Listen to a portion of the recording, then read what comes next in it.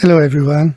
As I promised, here's the video explaining the time zones in Australia and in the whole southern so-called hemisphere.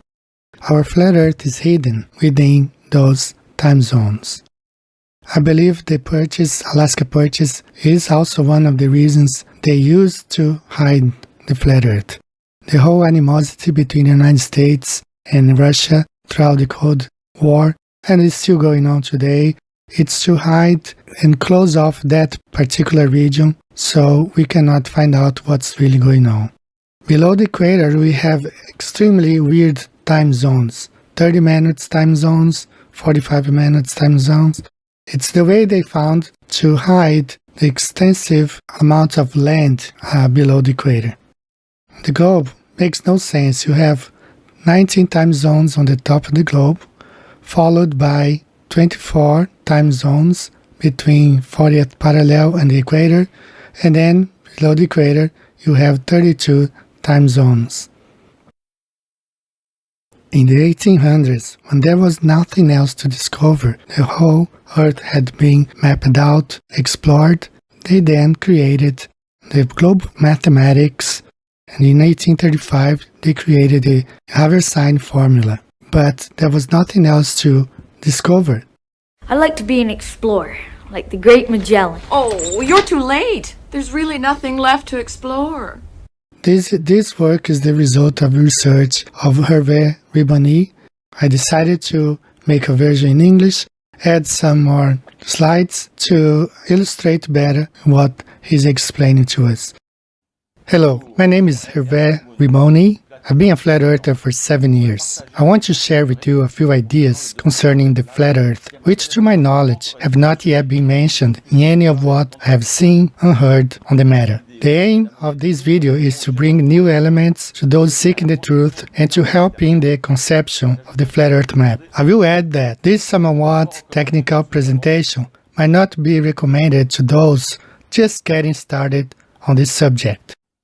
As a professional sailor, I sail in ocean races, and I experience sailing around the world along the 50th latitude south, which goes by the Cape of Good Hope and southern tip of Africa, Cape Lewin in Australia, Cape Horn on the bottom of South America, generally named as the Great Circle by flat earthers. I have also crossed the Atlantic 8 times and traveled more than 100,000 nautical miles. I will use my technical experience to approach this subject in a different way.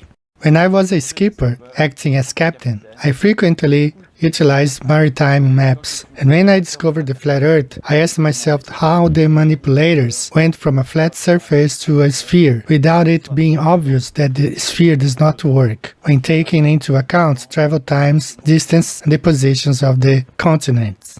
What method did the manipulators use to fool the entire world without it being obvious on the maps we use? As flat earthers already know, the northern part of the flat Earth is much smaller in areas than the southern part, contrary to the heliocentric sphere, where the two hemispheres are supposedly identical. In order to go from the northern part of a flat Earth to the northern part of a ball Earth, it is necessary to create extra land, surface area, and enlarge that part of the world and stretch the countries proportionally to the extra surface area. This transformation is not discrete. You need major changes, something that is visibly illogical in order to achieve this. To start with, we will look at the time zones precisely. The time zones are divided into 24 hours around the Earth, as you can see here on this image. They should spread equally around the globe model from east to west in a longitudinal direction. Or more precisely, it should be divided into 24 identical time zones, following the position of the Sun in relation to the rotation of the Earth. At the same time, if you observe only the northernmost part, you will note that Alaska and Canada are stretched to the west, and little by little they overstep the time zones on their left. They offset further and further to the point where in Alaska, at the Bering Strait, it is 3 o'clock local time, whilst at the same time and in the same place it's also midnight in Russia, on exactly the same longitude. 3 hours are missing here, from 0 hour or midnight in Russia to 3 in the morning in Alaska. To the west of the Bering Strait, it is the same thing. We see that there are 2 hours of time zones missing, the 18-hour and the 20-hour ones. Therefore, in that northern parts of the globe, there are only 19 time zones out of 24. By stretching Canada, Alaska and Russia over less time zones here and there, it creates space at the Bering Strait as well as the great stretches of sea just under the Bering Strait. This creates the extra space needed by the manipulators for the transformation. If, on the contrary, we keep the same stretch for both continents but apply 24 time zones, we find ourselves with 3 time zones just over Alaska alone. And when following the latitudes from east to west, we would change time zones too quickly over too short a distance, which would not correspond to the distance of the sphere model and would raise concern. If we try to place these territories in a logical manner using the 24 official time zones, the results will be close to this old map of the flat Earth, or this one. Look at how at the angle of the coast of the North American continent and that of Russia are different than on a world map, even on the Gleason's map. The coasts are a lot closer on the old maps. In my opinion, the Gleason's map copied this example of the globe. That is why the Gleason's map is not censored on the internet. This is misleading. You can see the difference when excluding some time zones or when using them all. There is no space left under the strait. For the manipulators, the only solution that is least illogical to go from flat to sphere is through this illustration. The rare official crossing in this area, which were made by windsurfers, were undertaken exactly at the Bering Strait, at the closest point between the 2 continents, where the distance is only 83 kilometers, which makes no difference between the 2 types of maps. On the other hand, crossing further south, you have to go all the way to Vladivostok, which is located 3,500 kilometers lower, to find the first airline which goes to Seattle before going to Anchorage, or from Tokyo to Vancouver for the maritime crossings. This leaves a large area here which you can say has no credible measurements to back the exactness of the maps. Without any airline paths or maritime routes directly between the 2 continents, an area as mysterious and difficult to enter as Antarctica. Combined with the pseudo-Cold War rivalry between the USA and Russia, this discouraged the curious and the adventurous from sailing these unwelcoming waters. Altogether, a perfect place to make the maps lie. If we come back to the time zones and look at the countries more to the south, all 24 time zones are present, and each country uses the time or that time zone which corresponds to its position. Even further south from the 40th degree north latitude, we see that the time zones are further increased by half-hour increments, and there are 2 extra time zones in the South Pacific to the east of New Zealand. There are officially only 19 time zones in the very northernmost parts of the globe, and at least 32 in the south of the globe. We also note that the places where time zones are increased are either far out at sea, like the Pacific Islands, or have a coastline open to the south, like Iran, India, Burma, or Australia. And in these cases, it's impossible to know how the 32 time zones would be overlaid onto a sphere, since there are areas that are not habitated to the south of these territories. The 32 time zones disappear at sea, which is pretty convenient for the manipulators to hide the anomaly. We also see that USA and Australia have almost at the same width on the globe, 4,000 kilometers for Australia and 4,500 kilometers for the USA. This works on the globe. They also have an equivalent latitudinal position, though the USA is a little farther north than Australia in the south. Their positions in latitude are similar enough to be able to compare the time zones for each country according to their width. If we superimpose their position and width on the globe, we see that the width of the time zones between the north and south relative to their latitudinal position are not enough to justify a difference of double the number of time zones. In fact, we can see that there are 4 time zones over the USA and only 2 used in Australia, both countries having the same width. In the middle of Australia, they have added an extra half-hour time zone to make us believe in a third time zone, and in this incorrect projection, Australia overlaps the 22-hour time zone. Australians actually only use 2 time zones, which are shown here. On the time zone chart, Australia appears a lot skinnier than the USA, even after stretching it over the 22-hour time zone. In my opinion, it's not real because this time zone is ignored. The difference in width comes from the time zones being parallel in this representation. On the flat Earth, they get wider to the south, which correlates with the entire width of Australia, only using 2 time zones instead of 4 time zones for the USA. If we place the USA and Australia on the time zones on the flat Earth, the time zones used by both countries makes more sense. Since the time zones don't widen as you go south, it is imperative to stretch the land masses in the north so as to keep the time zones parallel in order to maintain the illusion of a ball with 2 symmetrical hemispheres. We see that this makes no sense on a sphere with 2 symmetrical hemispheres. While it is much more coherent on a flat Earth with the north being smaller than the southern parts of the land, on a simplified flat Earth diagram, the modified time zones would look like this.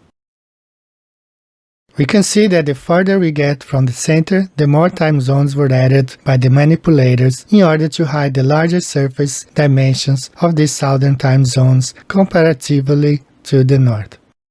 To finish the circling of the Earth, we see that as you go east, the countries undergo less stretching from north to south in order to return to their correct time zones at the 0 Greenwich longitude, with the sun correctly positioned and ready for the following lap. So, is there no difference between the north and the south? Yes, there is one. It is before sunrise and after sunset. The north, we have much more clarity before the rising of the sun than in the south.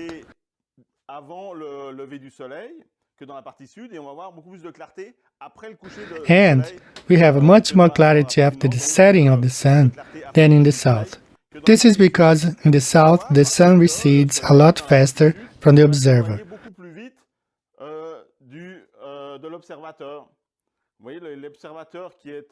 For the observer in the north, the sun has a tighter circle and will stay longer and closer to him. We have long summer evenings in the north, while in the south, obscurity comes rapidly. It is even more obvious when sailing because there are no mountains to hide the sun. So in the northern hemisphere, when you sail close to the summer solstice during summer along the 50th parallel north, we have light a lot longer and we can even see the glow of the sun behind the horizon all night long. This is something I've never seen in the southern hemisphere at the 50th latitude south. The deleting of time zones at the Bering Strait. The big problem that the manipulators had was at the Bering Strait. There were already 3 hours missing in Alaska to complete the first 12 time zones. The manipulators needed a miracle at the Bering Strait. Either they had to stop time for 3 hours or jump forward 21 hours and get back in sync with the correct sunlight time 1 day later. How can it be done? And what is there that makes the Bering Strait so special? Yes, that's right, the dateline. Officially on the ball earth, the date line is like this. So we have two time zones that have been added, the 13th and the 14th, which are here. Obviously, to give the illusion of a ball symmetry. After you add the extra 13th and 14th hour time zones, you bring back the date line in continuation with the first part of the line, except if you look at the flat earth map here, we can see that 13 and 14 can extend all the way to the edge of the flat earth map here. So you can add time zones. And in this case, we can take the number 1 time zone, which should be here just after New Zealand, and move it to after the 2 extra time zones. We can get away with it because no one lives there. It's not habitated, so we can push everything back with no problem and start the time zones again. 1, 2, 3, 4, 5, 6, and 7 up to South America. So of course they only show the 2 extra time zones starting from the equator out because they don't want to add time zones in the north. They want to minimize them in order to maintain the illusion of the sphere. So they start at the equator and stretch it all the way down to the edge of the flat earth map. And then, seeing that we have no habitated lands to the east of New Zealand, they can very well place the very first time zone to the east of the 2 extra time zones. They can also say that the date line is the ideal place to add or delete time zones, because the change of date makes the missing hours or extra hours much less obvious, especially given that the people on either side of the date line are not on the same days, making the comparison much more difficult. Exactly on the date line, they have deleted 2 hours, 2 time zones from Alaska, where it begins at 3 hours, and we have already seen as they have added 2 hours from the equator down, and this is only along the date line itself. But if you take the entire ball earth into the equation, 5 hours have been removed from the very north, and at least 8 were added in the south. So this zone here has no air that is habitable, and so there is no physical point of reference to help determine the size the time zone should measure. If, for example, we take the competitors of the Vendée Globe boat race, when they sail in this area, they have no reference points. They can easily add 2 time zones and nobody will be able to tell.